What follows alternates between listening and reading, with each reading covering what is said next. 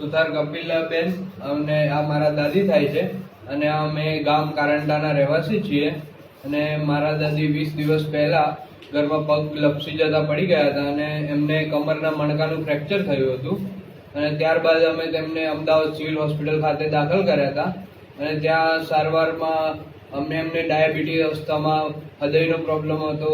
તો એમનું ત્યાં સુગર બી કંટ્રોલ નહોતું આવતું. ત્યારબાદ ત્યાંથી ના પાડતા અમે લુણાવાડા વિનાયક હોસ્પિટલ લઈને આવ્યા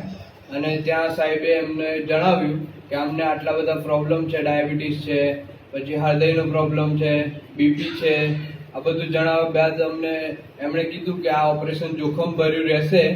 તો પણ અમે પણ હિંમત રાખી અને સાહેબની પણ હિંમત રહી અને એમણે આ ઓપરેશન હિંમત રાખીને પાર પાડ્યું છે અને એમાં સક્સેસ પણ થયા છે અને દાદીને અત્યારે સારું છે.